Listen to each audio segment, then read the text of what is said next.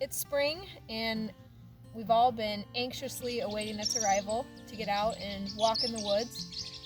If you guys have, you might have been noticing some spring plants that are starting to pop up around your area.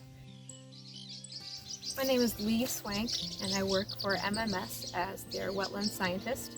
I work with developers to identify sensitive features. We work with clients to develop management plans for their woodlands, and oftentimes that management involves removing invasive species.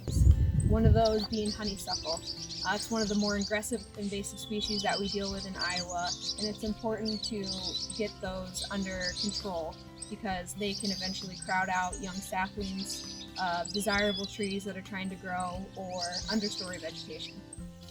So another invasive species that we often are concerned with when we're writing our management plans is garlic mustard. This is kind of a good example of why garlic mustard is bad, what it does. It tends to form these dense stands within woodlands and it crowds out other desirable species.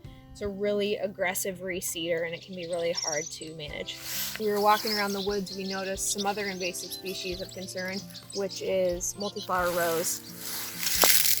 And that can pose the same potential problems as honeysuckle that we discussed earlier. When you're out, make sure that you have a good identification for what the invasive species are versus some of your more desirable species.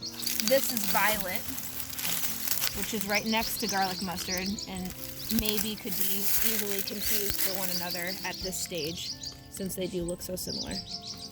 We've got wild ginger, we've got trout lily, both of which aren't quite blooming yet, but eventually they will bloom, and they both have beautiful flowers. So another Iowa woodland native is Canada anemone, and it has a really pretty white flower later on in the season.